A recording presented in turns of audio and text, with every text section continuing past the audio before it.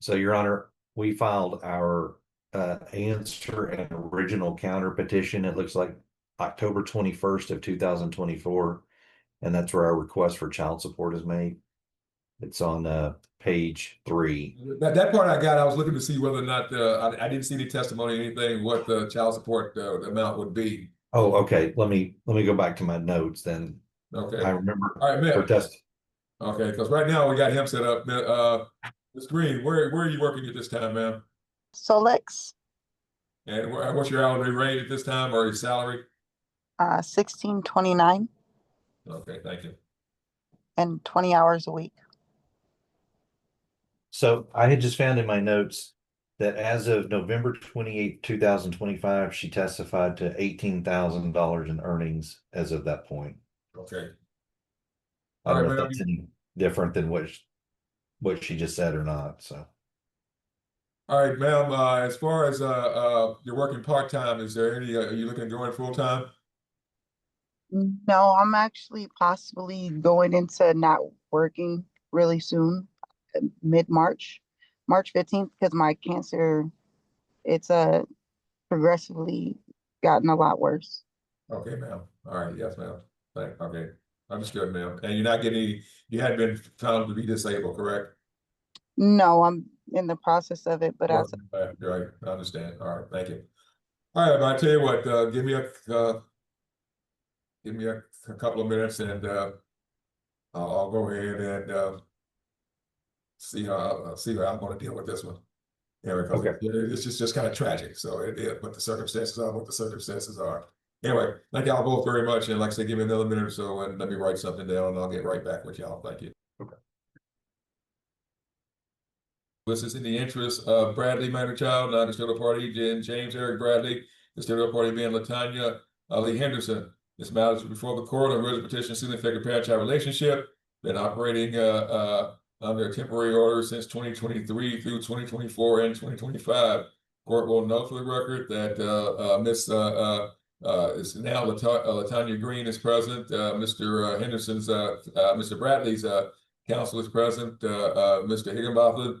And this is before the court on a petition established parent-child relationship. Like I said, we had a temporary order. Both parties have requested conservatorship in this matter. We've had several hearings on this matter. And unfortunately, due to the tragic circumstances of the mother's illness, this is definitely a difficult matter, a difficult one for the court to have to deal with, but the circumstances are what the circumstances are. Anyway, at this time, I'm going to, and again, the mother just informed the court today that her illness has seemed to take a turn for the worse. So, and ma'am, good luck to you on that. I hope and hopefully you'll pull through all this. But based on the evidence and the circumstances, I'm looking at. I was trying to figure out why the original family violence finding was there, but it's not. I can't find that anywhere. That hearing is long gone from Zoom. As far as the recording is concerned. So at this time, I'm looking at naming you both joint management conservators. I'm looking at going ahead and giving the father the right to decide domicile of the child. But there's a kicker to this. I'm not going to change that right to decide domicile over to the child until the end of the school year. So in other words, right now I'm looking at going ahead and leaving the child where it is for the remainder of the school year. Because again, I know y'all in the same area. And I'm thinking it still might be the same school, but if not, it's not. I don't want to interrupt the end of the school year to get that done. At the end of on the last day of school, the child is to be exchanged from well, on the last day after the last day of school is completed, the following Saturday at 12 noon, I'm ordering that the child be exchanged for the purposes of establishing a new domicile. I'm going to go ahead and give Dad the entire month of June for the remainder of the month of June for visitation. Mom gets summer visitation starting the first day of July all the way through the end of through July 30th. In other words, July 1 to July 30th. Based on her information today, I'm looking at a minimum wage presumption as far as child support going forward. Again, that will not start till the first day of June going forward. Ma'am, I was asking you a question about how many other children under the age of 18 you have living with you. 2. All right, then, so that puts the child support at 16%. So the court's going to order child support based on a minimum wage presumption, because again, you're just a little bit above that if you only work 20 hours a week at the amount you're earning. So I'm gonna go ahead and order child support at $160 a month, starting the first day of June, and ordering cash medical in the amount of $36 a month, starting the first day of June. I'm going to again continue child support, Mr. Higginbotham, until for the next 2 months, because like I said, the child's going to remain with mom until the exchange takes place. Selma is one of those weird cities that is in 3 counties. It's in Bear, it's in Guadalupe, and I think it's in Comal. So I'm just going to go ahead and until further order of court, limit the child's residence to one of those 3 counties. All right, wherever y'all are right now. Yeah.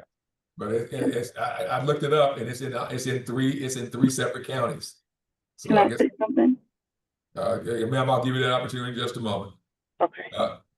I'm going to waive court costs for everyone. And again, the going forward, other than that special setup at the very end for the exchange, it's a standard possession order for the mom going forward, and standard possession order for the dad going forward. I think this is the possessory conservator spring break, so that's why I'm going to leave that where it is. So dad, who's the joint manager, well, still technically is the joint manager conservator without the right to decide domicile for this coming spring break, so he gets this coming spring break. Is there? So I'm going with the custody. I'm going with child. I've done the child support. I've done the visitation. Is there anything, any clarification you need at this time, Mr. Higginbotham? And then I'm going to go to the mom. Thank you. Judge, just a couple of things. I missed the counties you listed for the restriction. I know I got Bear. What were the other 2? Comal and Guadalupe. Okay. Yeah. And then I don't remember, and I could ask my client real quick. He may have health insurance for the child through his VA. Yeah, VA. And I can clarify with him and either put that in the order that he'll provide it through the VA, or if not, cash medical for the $36. If that's okay. That'll work. Yes, sir. Okay. Anything else, sir? And then you said the month of July. Did you mean to go through the 31st? No, I think visitation is July 1 to July 30th on a standard possession order. So that's why I just want to make sure I set that up. All right. Okay. All And right. that's what mom gets this summer. Okay. All right. I think that's it for me. All right. Yes, ma'am. Ms. Green, you had something you want to tell the court? Some information you think I need to know, ma'am? Yeah, my last day is March 13th. Your last day where? My last day with Solex is March 13th. Okay. All right then, ma'am. Again, ma'am, I did not base it on your solar. I went ahead and based it on the minimum wage presumption, which is $7 and some change an hour. So, even at we're not looking at what I took into consideration that you're not going to be working. You said you're not going to work. So based on until you've been declared to be disabled, you're considered to be able to make at least minimum wage, and that's what I based your child support on, ma'am. Okay, and if I just a second, if I get qualified to be disabled, that changes? If you get found to be disabled by the for SSDI purposes, ma'am, hopefully you got enough quarters. Then you need to let the state know, because your child is probably eligible for SSDI based on SSDI based on your disability, and that will cover your child support. Okay, thank you. That's all I wanted to know. All right then.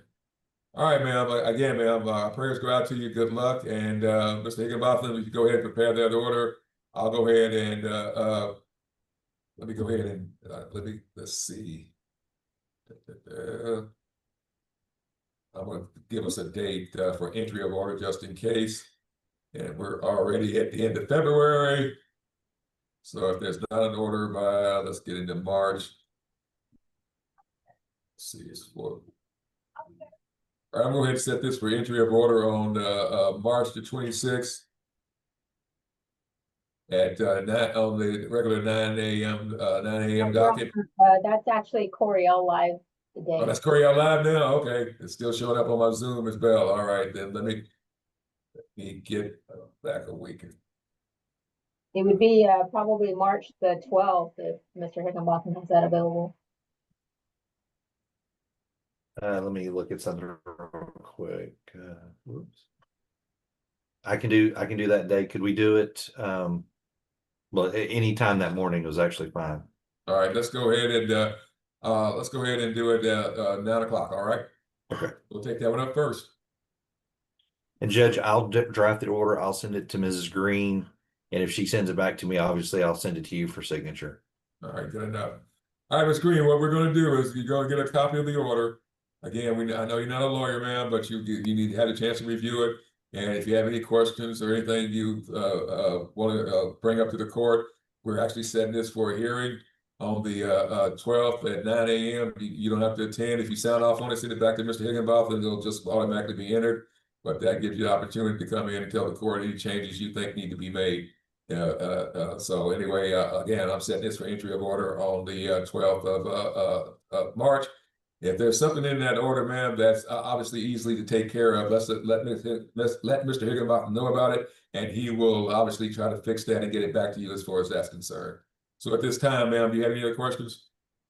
Nope. All right, Mr. Higginbotham. No, Your Honor. All right, thank you both very much. And again, ma'am, my prayers go out to you. The best of luck to you. We're off the record. Thank you, Judge.